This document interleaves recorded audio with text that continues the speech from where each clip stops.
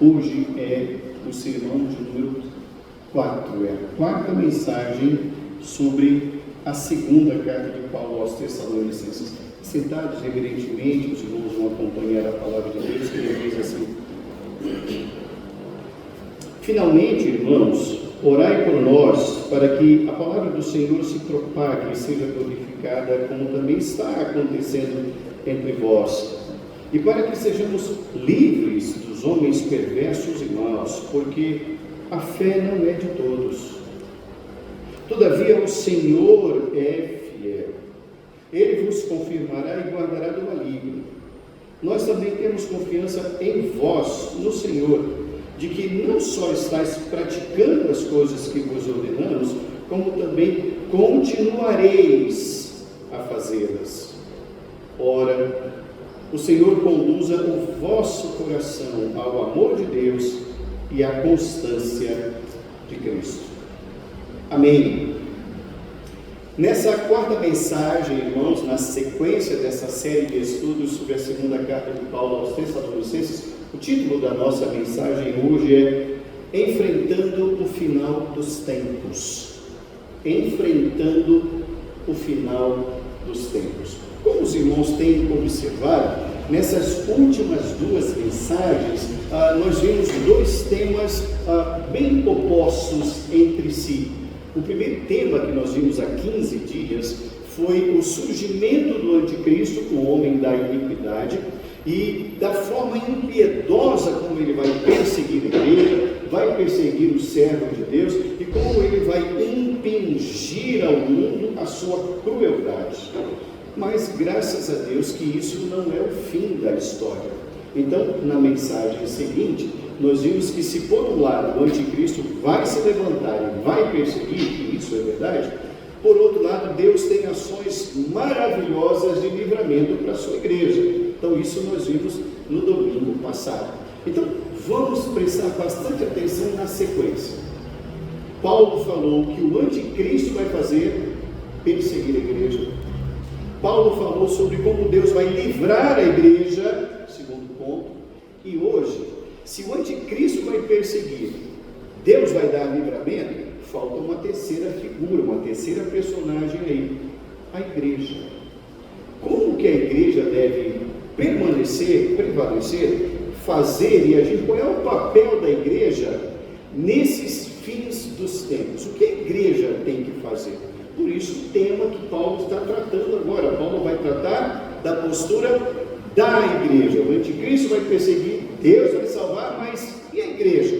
A igreja vai ficar na sombra e água fresca? Não vai. É isso que Paulo vai tratar e nós vamos observar na manhã de hoje. Por isso o tema, o título da mensagem, Enfrentando o Final dos Tempos. Paulo vai escrever a sua carta, irmãos, repito, numa forma sequencial, numa forma didática. Ele vai falando de todas as coisas, porque a igreja deve estar bem esclarecida sobre isso, mas ele vai dizer que a igreja tem um papel importantíssimo. É isso que queremos analisar nesta manhã. A primeira lição que nós observamos, irmãos, da postura da igreja ao enfrentar o final dos tempos, a primeira postura é amar a oração e a palavra de Deus. A igreja deve assumir uma postura de oração pela palavra. Volte o seu olhar para o verso 1. O verso 1 diz: finalmente, irmãos, orai por nós, para que a palavra do Senhor se propague e seja glorificada, como também está acontecendo entre nós. Eu chamo a sua atenção para o que Paulo está falando. Paulo está escrevendo essa carta, ele está instruindo a igreja e ao mesmo tempo fortalecendo uma parte devocional, um exercício devocional que a igreja deve fazer. A igreja deve permanecer em oração. E diz o porquê, ele vai dizer, para que a palavra do Senhor se propague. O objetivo de Paulo é fazer com que mais pessoas sejam alcançadas e pelo Evangelho. Agora, para que isso ocorra, eu quero chamar a sua atenção para isso. Enquanto muitas igrejas por aí, muitos pregadores, muitos livros são feitos sobre estratégias crescimento de igreja, de isso e aquilo, sabe o que Paulo aponta para a igreja? Oração. A oração, irmãos, ela é indivisível e indissociável à prática evangelística. A evangelização nasce com o poder da oração. Por isso que ele está dizendo, queridos, nesses momentos difíceis, mais pessoas precisam conhecer o Evangelho, portanto, orem. Paulo está apontando, irmãos, para a necessidade de a igreja entender e crer, e além de depender e crer, conhecer o poder da oração. Infelizmente, irmãos, nem todos os crentes em Cristo Jesus têm um tempo dedicado, consagrado e santificado para esse momento de intercessão. Queridos, a igreja precisa interceder pela evangelização. Orar é evangelizar também. A evangelização começa com oração. E eu acho também muito interessante o que Paulo está estabelecendo aqui para a igreja de Tessalônica. Ele não está dizendo, aumentem as atividades. Você está percebendo isso? Não criem agendas. A agenda da igreja é oração. Tudo começa com a oração. Sem a oração, irmãos, nós teremos apenas então somente um monte de atividades, que é conhecido como ativismo religioso. Nós vamos encher os trabalhos, os sábados, os domingos, os feriados, só com ativismo, só para dizermos, temos trabalho. Paulo está dizendo, ore. A essência da comunhão com Deus é a oração, a essência da evangelização é a oração. A igreja, irmãos, ela não existe para sustentar agendas, a igreja existe para sustentar a proclamação da palavra. A proclamação da palavra pode se dar das mais diversas maneiras, através da música, do canto, da oração, da intercessão, da entrega de um folheto, de um convite para ir à casa do Senhor, uma visitação hospitalar. São várias as manifestações da propagação da palavra do Senhor, mas tudo começa com a oração. Como que a igreja vai enfrentar o anticristo? Como que a igreja vai enfrentar as grandes e graves perseguições? Orando e pregando a palavra de Deus. Observe ainda dentro desse texto, no verso 1, que ele está dizendo, orai por nós, os pregadores, os evangelistas, os líderes. Não só eles precisam das nossas intercessões. Queridos, ore pelos pastores. Crie esse hábito na sua agenda de orar pelos pastores, pelos missionários, pelos evangelistas, pelos homens, pelas mulheres e crianças que das mais diversas maneiras estão pregando o Evangelho. Eles precisam de oração, eles precisam de intercessão. Ore pelos presbíteros, eles são líderes da igreja. Ore pelos diáconos, também são líderes da igreja. Ore pelos professores de escola bíblica dominical. Todos esses que estão na linha de frente, irmãos, estão sim debaixo de um grande ataque do inimigo. Ore. Olha só, Paulo pedindo oração. Ore. Isso, irmãos, não é opcional. A prática da oração não é opcional, ela é uma responsabilidade espiritual da igreja. Ore durante a semana. Separe um dia para a oração, mas, sobretudo, ore antes de se dirigir à casa do Senhor, antes de você sair da sua casa. Faça uma oração pela sua vida, para você se preparar para aquilo que Deus vai falar, para Deus abrir o coração, abrir o entendimento. Ore pelos irmãos que estarão lá também. Ore pela pregação para que ela seja fiel. Ore pelo pregador para que ele a exponha de maneira fiel. Ore, a igreja vai enfrentar em oração. Uma segunda postura que Paulo vai apresentar para a igreja, que não é apenas então somente a igreja orando, não é? Mas Paulo vai estabelecer também, irmãos, que a igreja precisa aprender a lidar com a oposição. Uma igreja que sabe lidar com a oposição. É uma postura da igreja no final dos tempos.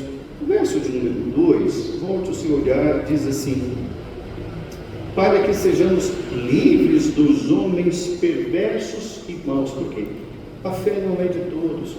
O que Paulo está dizendo à igreja é: enquanto você ora nos dias maus, eu quero que você entenda o seguinte: nós teremos muita gente se levantando contra a palavra que pregamos, contra a prática que fazemos, contra o Deus que confessamos.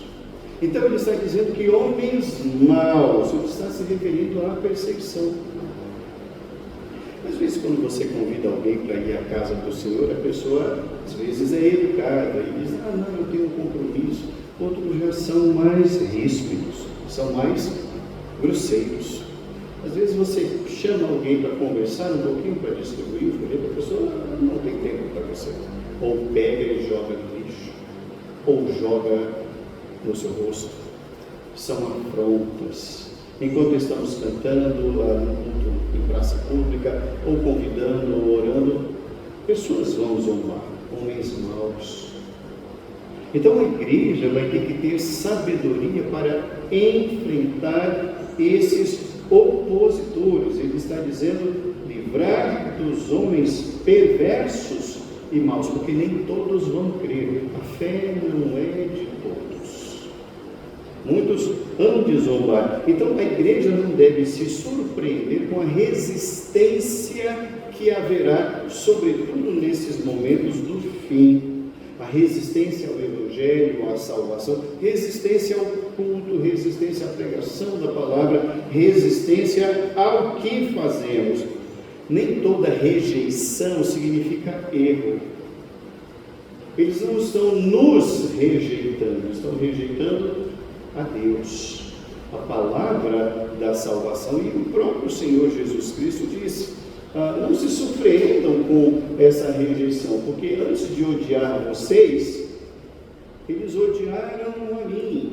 Então nós não devemos, irmãos, ficar olhando, medindo ou mensurando a receptividade. O Evangelho pode ser muito bem recebido, mas pode não ser bom. Então a igreja precisa aprender a conviver com isso. Significa dizer que nós precisamos aprender a conviver com a oposição. A oposição começa muitas vezes dentro de casa, entre os familiares, entre os amigos e por vezes, irmãos, dentro da própria igreja. Então nós estamos aprendendo aqui, irmãos, que os tempos dos fins exigem uma postura da igreja, uma postura de resistência, de entender que o outro não vai entender. Precisamos entender, irmãos, que nesses tempos dos fins vão surgir ideias as mais mirabolantes, as mais fantásticas. Vai chegar alguém, como sempre acontece, apresentando o Evangelho mais santo do que o da Bíblia. Vão apresentar uma prática que nunca ninguém fez, nem Jesus. Parece que eles estão reinventando a roda, reaquecendo o fogo. Vai ter isso? Vai. Sabe o que é isso? É a oposição ao Evangelho também, travestido de: estamos aqui para ajudar. Cuidado, igreja de Cristo. O Evangelho, irmãos, não precisa de ajuda. O Evangelho é pleno, ele é perfeito. A obra de Cristo e o Evangelho são perfeitos. O Evangelho precisa ser anunciado com fidelidade. O Evangelho precisa ser proclamado. Observe lá o verso 1. Ore por nós para que haja oportunidade da pregação, para que o Evangelho se propague. A primeira postura da igreja, oração. Segunda postura da igreja, uma igreja que tem que aprender a lidar com a oposição, com os opositores do fim dos tempos. Uma terceira lição que nós aprendemos aqui, uma terceira postura da igreja de Jesus, É uma igreja que deve estar sempre, cada dia e cada vez mais, arraigada à fidelidade ao Senhor. É uma igreja que tem que estar a cada dia ainda mais arraigada à fidelidade ao Senhor. Volte-se a olhar para o verso 3. O Senhor é fiel, Ele vos confirmará e guardará do maligno. O Senhor é fiel. Então, Ele, pela sua fidelidade, vai proteger a igreja, vai guardar a igreja. Essa é uma palavra de esperança, irmãos, porque Paulo sabe do impacto das palavras dele sobre o anticristo e a sua ação impiedosa. E dá medo, claro que dá medo, mas ele está dizendo, gente, Deus é fiel. Muitas vezes nós mesmos não o somos, mas Deus é. A nossa comunhão com Deus não depende de nós, depende de Deus. E em Deus nós estamos guardados eternamente. Pois por mais que nós não sejamos fiéis, Ele é fiel. De forma alguma pode negar-se a si mesmo. Essa é a confiança que nós temos no Senhor. A confiança da nossa salvação, a certeza da nossa salvação, irmãos, não repousa em nenhuma atitude humana, senão divina. Uma igreja que deve estar arraigada a essa fidelidade no Senhor. A igreja não pode estar arraigada, irmãos, em estratégias mirabolantes. A igreja não deve estar, irmãos, arraigada em números. A igreja deve estar arraigada na fidelidade ao Senhor. Paulo está dizendo isso para deixar algo muito claro para a igreja. O Senhor é fiel. Nunca se esqueça disso. A despeito da nossa infidelidade. O que Paulo está dizendo é, em tempos de crises, em tempos de dificuldades, em tempos de pecados, em tempos de disciplinas eclesiásticas, em tempos de incompreensões ou enfermidades, a igreja precisa se lembrar de que Deus preserva o seu povo, e somente Ele é quem vai nos guardar do maligno. É o Senhor, e somente o Senhor, o guarda do seu povo, o supremo pastor das suas ovelhas. Queridos, a igreja que estiver enfrentando as dificuldades do fim dos tempos, vai ser abalada poderosamente. Impiedosamente, já vimos isso. Sabe que vai nos manter a fé no Senhor. Portanto, a igreja de Jesus tem que estar arraigada à fé, à palavra de Deus. Aprendemos aqui, irmãos, que isso vai gerar na igreja humildade na liderança. Não é o líder que vai sustentar os membros, é o Senhor que vai sustentar o líder e os membros. Ele é o supremo pastor. Essa palavra também, irmãos, é uma palavra que traz consolo àqueles que estão mais frágeis na fé, com a fé mais fragilizada, passando momentos de mais incompreensão. Essa é uma palavra que traz consolo e conforto. Quem me guarda não sou eu, quem me guarda é o Senhor. Traz também perseverança contra o próprio pecado, ao sabermos que somos guardados pelo Senhor.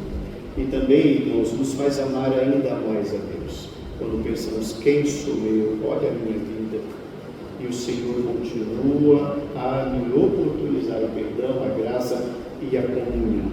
Oh, Deus maravilhoso! Uma quarta lição que nós aprendemos nesse texto aqui, uma quarta postura que a igreja deve ter nos dias maus, nos dias ruins, irmãos, é uma igreja que deve ser obediente e perseverante. Quarta postura, uma igreja que deve ser obediente e perseverante. Volte a olhar para o verso 4. Nós também temos confiança em vós, no Senhor, de que não só estáis praticando as coisas que vos ordenamos, como também continuareis a fazê-las. Paulo conhece profundamente a igreja de Tessalônica. Ele conhece cada um daqueles que ali está servindo ao Senhor. E ele diz: confiamos no Senhor que vocês vão continuar fazendo isso. Vocês vão continuar crendo. Perseverança. Essa é a perseverança do crente. E ele está dizendo, a igreja, quando ela persevera naquilo em que ela já crê de Deus, ela está guardada, ela está protegida pelo Senhor. O que não dá para perceber aqui é espaço para trocar o Evangelho. Não há espaço, irmãos, para substituí-lo. Ninguém tem autorização, autoridade, nenhum pastor, nenhuma igreja, nenhum ministério, nenhuma estratégia tem poder de substituir o Evangelho da palavra de Deus. Paulo diz: eu não me envergonho do Evangelho, porque somente o Evangelho é poder de Deus para a salvação. Não existe outra palavra, não existe outra orientação que tenha poder transformador que o Evangelho tem. Portanto, eu não vou me envergonhar. Existem muitas estratégias, irmãos, que são muito boas no trato evangelístico, são saudáveis, são bíblicas, são maravilhosas e produzem efeito mesmo pelo poder de Deus. Essas devem ser mantidas.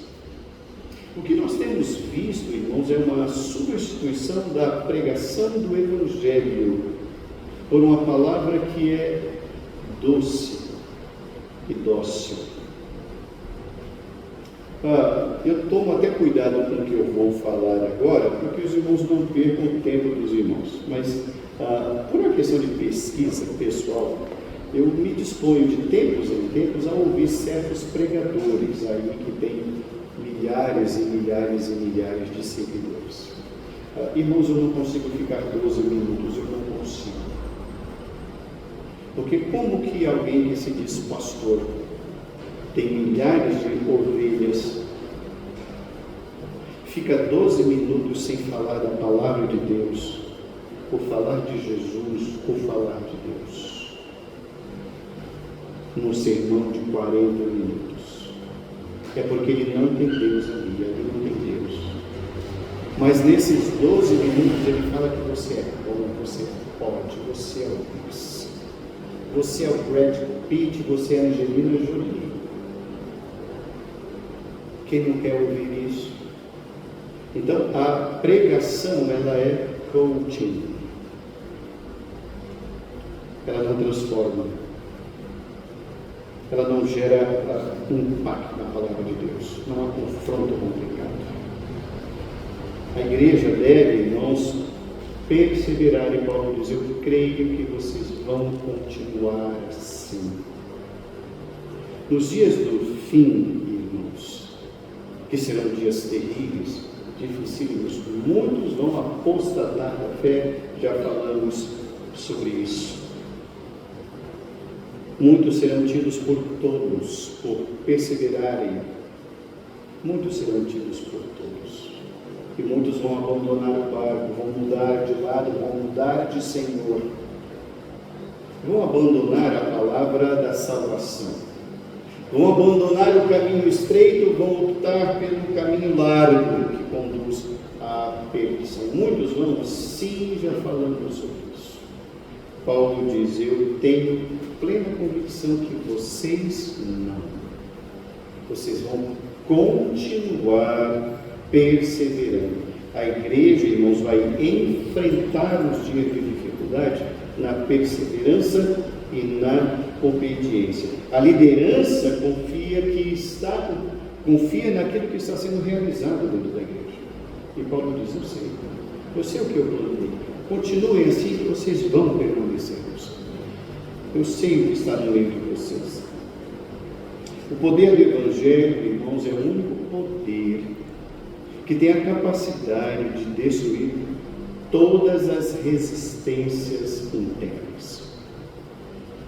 O único poder que destrói as nossas resistências é o poder do Evangelho. Portanto, a postura da igreja no final dos tempos é uma postura de obediência e perseverança. A última lição que nós aprendemos, irmãos, é que a igreja do final dos tempos deve ser uma igreja que vai revelar um coração transformado e fiel ao Senhor. Vai revelar, ou tem que revelar, um coração transformado e fiel. Volte o seu olhar para o verso 5. O verso 5 diz: ora, o Senhor conduz ao vosso coração ao amor de Deus e à constância de Cristo. A igreja, irmãos, ela não pode perder o seu norte, a sua bússola. Paulo não está se referindo à igreja para dizer, olha, quando as coisas ficarem no final dos tempos, as coisas ficarem muito difíceis, olha, cada um faça o que é melhor para si mesmo. Cada um por si e Deus por todos. Não, Paulo diz, não, queridos. Deus é o mesmo, o nosso norte é o mesmo, a bússola é a mesma, a palavra não mudou, ela não foi transformada, substituída ou minorada, ela permanece. Então eu oro para que os corações de vocês sejam endereçados ao Senhor Deus e a Cristo. Essa é a postura da igreja para enfrentar os dias dos fins, para formar e moldar corações ao Evangelho de Cristo.